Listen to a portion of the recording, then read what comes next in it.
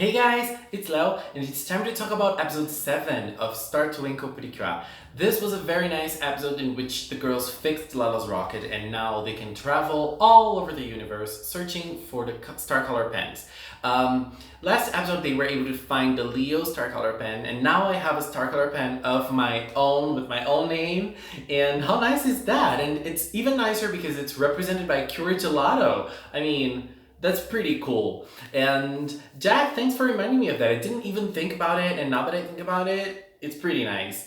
Anyways, this was a very interesting episode. I feel like it was a very chill, laid back narrative, a little different from the other ones. And in this episode, we had a lot of focus on the girls themselves, not the cures, not as individuals, like one girl only, but we had a focus on the team, the group of the girls that are now coming together to form the Star Twinkle Precure.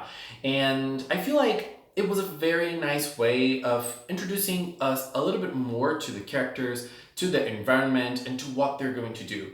I feel like we, as Precure fans, we follow the season even before it starts. We learn about the characters, we learn about their personalities, and we study, we read lots of things about it, and if we think about it, well, we know those characters a lot by now, but for the children that are only watching the show, not having like the biggest experience like we do, it's interesting that they're putting those things, that they're explaining more about the characters and how they work, how they see the world.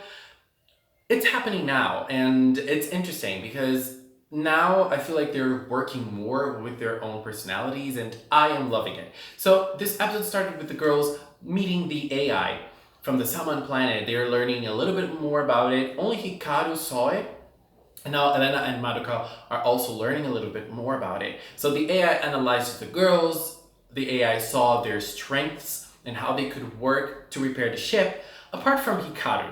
I mean, Hikaru is such a great protagonist. I love that she's very out there. She's totally nuts, she's totally crazy, and she is unpredictable, so the AI cannot work with her. The AI doesn't know what to do with Hikaru. She doesn't know what to think of her and what to expect of her. That's, for me, one of the greatest points of her personality. I think that she is being such a great leader, and she works so well with such a colorful and bright season. She really brings the energy this season needs, and I feel like that's what a main character should do. So yes, Hikaru, a 10/10 for me. I love her. I think that she is amazing. And well, I think that the other characters are really being developed nicely. We could see that Lala is already changing her personality and she's opening up a little bit more towards the other girls. It was interesting because when the girls were working, when the girls were trying to repair the ship with each ability that they had, there was a time in which they were really tired and they had to take a break. And when they took a break, Lala was someone who was thinking of going back and, trying to go back to repairing the ship already very quickly because they were losing time. And here's the thing. If you're tired already and you're going back to doing something that will make you even more tired, it will not work. You won't be as productive as you were before. But Lala, we cannot forget that she in her planet is considered an adult. So she has that adult mentality that you have to rest as little as you can, so that you have to be very, very, very, very productive. It seems that she has this mentality just like us here. So I think that she's learning with Hikaru and a little bit with the other girls as well, that you have to take breaks, you have to do things that will make you feel good, that will make you feel happy, and then you will do things even better than before.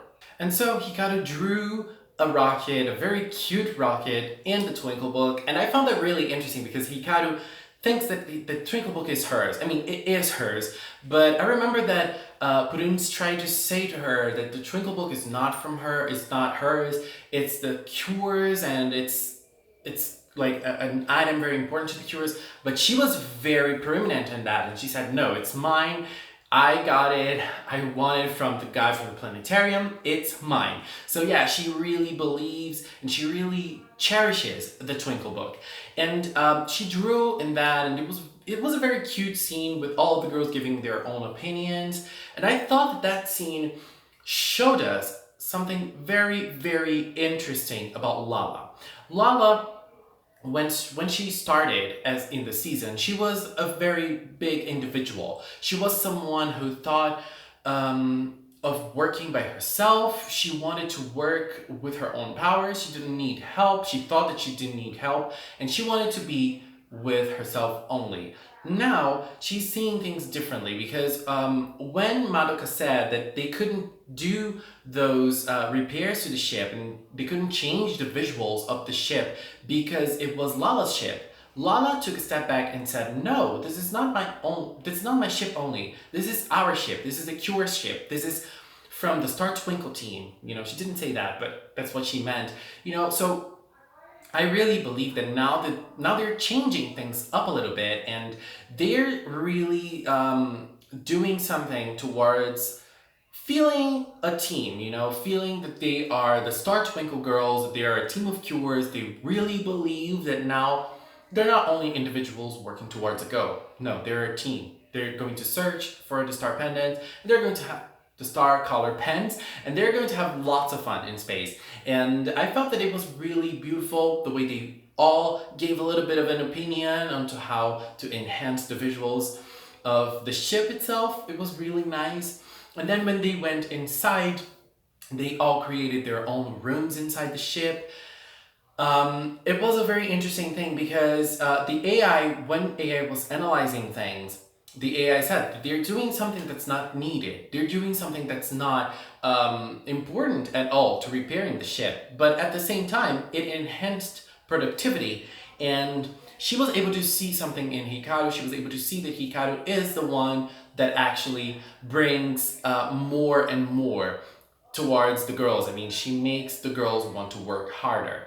That's the thing about Precure protagonists, and Hikaru must have visibility because the Precure protagonists, they all bring something in the team. They all enhance the team, like they want to make the team work harder. And it was also interesting because something reminded me of Curiel when Lala was fixing the ship. Fua was there with the pom-poms rooting for her. That was so cute. And Puruns was also working on something, and I thought, okay, Puruns is actually doing something very important. But then the girls finished fixing the rocket, everything was ready, and everything was ready for the debut. But Tenjo appeared, and Tenjo attacked our girls. So this is our second fight with the full Star Twinkle team. And in the first fight, they struggled a little bit in finding teamwork, in working together to do something. But in this time, I thought that they were really quick with their own abilities. Well, first of all, let me just say, I love Tenjo, and I love how she talks, I love how she teases the girls, but the girls, they don't fall for it. They just go straight into action. And come on, Star Twinkle is doing such a great job in the action department. In this episode, we were even able to see Kurimilki fighting. For the first time, she fought physically. And come on, that was pretty nice. So when the fight started, the Notre started attacking the girls. They wanted to destroy the ship, actually. And it was very nice. The fight itself was very nice. Come on. Star Twinkle is really delivering in this department as well, and I'm loving it. So Kurimilki was able to, she was able to use her shock powers at the same time that she was able to fight physically a little bit. Obviously, Hikaru with her punches, Kurastar with her punches, Kurisoleil with her kicks, amazing. And for the first time, Celine also fought physically, and she actually did something, not just evade attacks. She really brought it. The way she fought in this episode reminded me a little bit of Cure White. Cure White had this way of fighting as well, a little bit more intense, obviously, but I really liked how Celine fought and how she's graceful while fighting. Come on, that's so nice. I loved it. And then Tenjo had a technique, obviously, as she always does, but it didn't work out. The Star Twinkle girls are pretty strong, and now the fights are kind of easy for them. And it's interesting because Jack, have you noticed that? There was a star feather in this episode, heart feather. There was a heart feather in this episode with Cure Milky, and it was pretty stronger than any heart feather Cure underused in the whole Hot Tub Precure season. She was able to protect it with a heart made of shock. And then the girls all used their powers.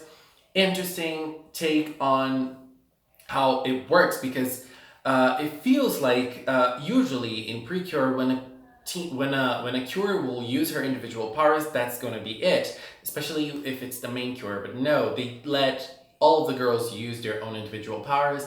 I love it. And I think it's because now they're enhancing the whole team. Last episode, we were able to see the whole team enhanced as a team, as a team of cures. Now we're able to see them enhanced as individuals working together and having their own fun and having their own way of connecting to each other, and now also working together as cures. And in this episode, they did not hesitate. It was so easy for them, and come on, I loved it. I'm loving the Star Twinkle fights. And they were able to defeat Tanjo really easily. Tanjo went away, and they were able to enjoy the ship a little more. We learned that they're going to travel on Sunday. And so I'm really curious to see how this is going to work out, because I thought that they were going to travel like after school, but it seems that it's going to last the whole day. So I don't know. So in the last stretch of the episode, we were able to see the girls really working and going towards space. There is so much heart in Star Twinkle, and I loved seeing them go to space, and the way they interacted with each other. And I don't know if you guys thought the same thing, but I think that the writers like Elena a lot. She had so many lines in this episode, and her voice actor, she is for me doing the best job out of the four girls. I mean, all the four girls, they're really doing a great job, but I think Elena is being the best one. Her voice actor is really, really good. And I loved seeing her, with so many lines and so much personality. I really like it. And, the girls with no gravity in the ship, it was so cute seeing Elena and Madoka holding hands. Oh my god. And, overall, a great, great, great episode. And it ended with Elena's pendant shining. So the next Star Color pendant, the Libra one, Jack, are you happy? The Libra one is ready for them to find, and next episode they're going to the dog planet. So Elena is going to find her first Star Color pendant, and I'm very, very excited to see Elena being the center. I don't think that she's going to be like the whole center of the episode, but I think that she's going to have like a nice, how can I say? A nice focus. She's obviously not going to be the main character, I think, but I think she's going to have a nice focus on the next episode, so I'm very excited for that.